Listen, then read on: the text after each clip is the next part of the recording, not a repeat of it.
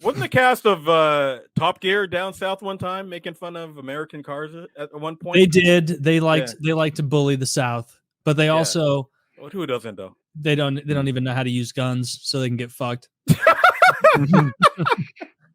Today we're going to be bullied by rednecks. I love me some firearms, but we got our own issues up here right now, so that's a whole different thing. Yeah, I mean, I don't know what the issues are in Canada. No Stanley Cups. I'm licensed. I'm licensed in New York State and I'm licensed in Toronto, but Toronto's got a whole different thing happening right now. I think New York State don't they have like one of the highest reciprocity? So if you're good in New York with guns, you're probably good most places, right? There's a lot. I'm grandfathered in, but New York just changed their carry conceal laws that it's getting easier to get a CC right now. Oh, that's good. That's a whole thing right now. Yeah, that's a whole different thing right now. Trump's America. Need more guns. Didn't Trump's America ban the? Hold on, didn't Trump this ban Biden's the America? Yes, and Trump's America through due process. Kyle, you can tell it's Biden's America because groceries are up 80%. Trump's America fixed that ruling. I'm not going to get into that debate. That was clearly 3D chess. We're certainly not involving ourselves in Donald Trump doing some 3D chess. What did he do? He banned a plastic stock for 4 years. It gets the votes. They come back around. Say that ban was unconstitutional, and now my father's out so much money because he melted all of his stocks. Because I told him he had to melt all of his stocks because the ban was in place. Then they whoopsie daisy, we changed our mind. Well, my stocks are melted; they're gone. There's no bringing those back. No, you should have hid them like an American would. That sounds I lost them in a boat accident. Not doing anything illegal, but he did have like a ton of stocks, like 15 or 20 of those things or something like that. I tried it. I didn't get it. I'd like the bump stock? Yeah, I don't. I'm one for grouping and being able to aim. You know what I mean? Like, it's just a toy. I just didn't get it. I think it was the thing is the guy used it to shoot into a crowd at a music event. Vegas. And that's like the one place where it does. So they say, do a good dude. job. That's the weirdest mass shooting ever. Yeah, like but I didn't want to leave the bump stock thing yet. Like, I agree. They're complete. If I was to go to like, I don't know how to even talk about this. If you were going like target to target, seeking around, and walking, if it was, then you wouldn't want a bump sparsely stock populated to do more mall, damage. The bump stock would make me miss more. You'd be safer, I think, if I had a bump stock in a sparsely populated mall. Yes, absolutely. In a crowd, like a music concert, it will help you get more rounds out. I don't know what happened that night at the Mandalay Bay. But I do. There's no fucking way that was just one guy doing that. What? We got a whole conspiracy here. He just lugged all those guns up, and nobody did anything. And he was no, they don't. I travel everywhere with that. No one checks my luggage. So let me speak to the luggage thing. He had dozens of guns. Like that's very commonplace there. So I don't know if SHOT Show was going on that week, but SHOT Show is the biggest firearms get together in the world, as far as I know. They probably do some European version, but it's a giant convention center full of guys with guns. And all those guys go back to the hotels every night with stacks of guns in cases on luggage racks. It is not an uncommon thing to see a guy in a Vegas hotel with a luggage cart full of assault rifles and suitcases and in like locked cases and stuff, because it's just part of the thing that happens there. They fly in with them. They take them to their hotels. They take them to the booths, and then every day they're shuffling them in and out for a week. So they would have think the most likely cause though is that it's a deep state, set up operation to get bump stops banned and then reauthorized 4 years later. Don't you think that's but what I do think is that what I actually think is that guy's motivations were rub next to something that is a secret, and like not like aliens or anything, but like maybe a CIA operation of some kind with some foreign player. Maybe it's just the financing. Maybe that guy's finances had something to do with some other high up investigation, and the finances are intertwined in such a way that we need to be silent about what this guy was into because it interferes with some other stuff. Like that's what I imagine it when I see people being weird and secretive and talking about was there a note or wasn't there, or what did it say, and how many guns were up there, and why? Just why would this person do this? Yeah, why is there no explanation? Why is there no motive? That's my guess. But it's not even that hard to transport like that many. Like when I travel, when I travel for games, I'm traveling with 3 or 4 realistic looking stuff, and like this is me going up to my hotel room. Yeah, like right. I've got like 3 or 4 realistic looking things like these on my wall.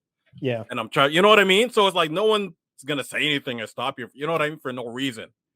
So like it's not that hard to realize how he got up there with it, right? It's not like they're open carry. They were in bag. Yeah, I've traveled with multiple rifles like that. 47 guns. Exactly. In his 47 hotel suite, and that's that's multiple trips. I could easily. No, but that's hotel suite and Nevada home. Looks like 24. Were in the hotel room. So many guns. I don't know. If I was trying to kill as many people as possible in a crowd, I don't know what I'd do with more than like 6 guns. Well, I think most people in that crowd died what you like that scene in right? Boondock Saints where you're like right? firefight. Yeah. I still only have the one trigger finger. Yeah, I don't want to like craft the best mass shooting tactics. No, yeah, I was gonna say the same thing. I'm not trying to. But does it not seem curious? Like, why? Anytime there's something unbelievably impactful that we get no explanation for, no sussing out of the motives or that person's connections, it seems sketchy. Like there are school shootings where 6 people died, and there's entire depositions and things that are figured out, and we learn more, and they have a fucking manifesto and this and that and the other thing. This guy, nothing. Nothing. And there doesn't seem to be any curiosity from intelligence agencies. Sometimes crazy is just crazy, though. Like it doesn't always have to be something deep. Yeah, but if it was crazy is crazy, they would have released his kind of concert ridiculous. Wasn't it country music? It was a country music. See, that's a crazy person. No one would dare fire at a country music festival. He did. Why? At least one person. Why not a country music festival? I mean, no, it seems like he did it, but like, what's the surrounding situation? Who did he know? What was he like? Did he know anything? Or like you said, which seems realistic, maybe something to do with him was adjacent to something that can't be discussed in the media because it jeopardizes some operation, investigation or operation or something. I think it was like some old crazy guy. I'm sorry. We would have heard more. We would have heard. They would have done a deep dive into that guy. We would have known so much. He was just going broke and just went crazy. It seemed like it was getting hushed up the same way that like the motives of that trans shooter. We had Herrera on last week, and he was talking about he met the cop that like shot that trans shooter at that school that killed all those children. Yeah. And like I think that person had left some sort of manifesto that was, you know, some wacky crazy shit that they hushed up because it was upsetting, and they were clearly like an anti-cis and, you know, trans agenda crazy nonsense. But it's the ravings of a mad person, so I don't know. I guess I want to read it because I want to see it. Yeah, I want to see it, but I am a little scared that like they'll project those same feelings across everyone else who is trans. See, part of the reason behind it is like that Norm Macdonald joke where he's like, you know what terrifies me about a thermonuclear bomb in America that kills 50 million people planted by Islamic extremists?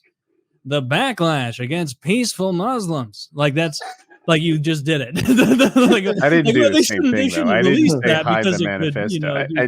I was just saying like a lot of hate would come towards people who were already pretty hated. It would It's funny because you don't want. I think half the reason why they don't release manifestos and all this crap is that they do. You don't want to. You don't want to all the time. Yeah, but you don't want to inspire more of these acts because other guys say, "Hey, he got his message out after what he did. If I do the same thing, I'll get my message out." Right? So you don't want to encourage it that way. Yeah, I mean they do release manifestos. Yeah, I'm trying to think what manifestos did they release? Who's your favorite in America? By the way, Uncle Ted. Uncle Ted. Uncle Ted's probably my fave, man. They haven't released a manifesto for a long time though. In New Zealand, they did that one, right? The guy that shot Shooter, they released that because he was you know, fucking white supremacist or something. That's top 3 all time, like craziest, crazy motherfucking public shootings. There was this one that like, all right, so there was this like Antifa BLM summer where a lot of people in Texas, I remember, black guys were calling the cops and ambushing them with assault rifles. And there was a shootout with one of those guys where I don't know where the camera was, but he was fighting a in cop at Dallas. close range around concrete pillars under a building, and he rushed the cop like paintball and shot through the cop, and you could see the bullets sparking on the concrete as he killed him. I think that's the guy maybe that they sent the robot in with the C4 on its arm. Remember that shit? Ooh, I do. Dude, I don't know if that was the same guy. The shooter got holed up in like a parking garage, like a second or third level of a parking garage back in one of those. I remember the footage. I didn't hear the particulars. Yeah, back in one of those little nook-like corners where Jerry Seinfeld was peeing in that one episode. He found him. He like hunkered down with his gun, and they sent in a fucking like remote control bomb defusal robot, but instead of bomb defusal, they gave it a C4 bomb in its hand. And they walked it up to that motherfucker and blew him to smithereens. It's a good way to get rid of him. Do you the one story that I need to hear about that I don't think we heard everything about? Do you remember the one black ex-military guy who went off on some cops? Charles Dorner, right? Yeah, and then he escaped and he was in the woods for a while and he held him off. Like that's the story that I want to hear. There's something to that. Christopher Dorner. That was very Rambo-ish, First Blood-ish type of story, and I want to hear more about. What else was going on with that guy? Yeah, you've seen First Blood. Asking questions. Yeah. What? You've seen First Blood? For the sake of what you're going to say, God damn it! No, I haven't. But it's Rambo. He's going around like, if I have to get violent, I guess. That was a great movie. It's not what happens at all. Classic. Not what happens at all. I guess I gotta kill the Vietnamese. No, there are no Vietnamese in the movie. You're thinking of. There are. That's Rambo. Vietnamese. That's like the second one. That's the second one. That's Rambo's 2, 3, and kind of 5. That's in Cambodia, though. Guess what? I'm never watching the fucking movie. You should watch First Blood, though. It's actually a good movie. Definitely, yeah. It's actually a good He has such a long list of great movies I could imagine to watch. Really? Cliffhanger in the Plex if you want a real gym. That's where Sylvester Stallone is a mountain climber.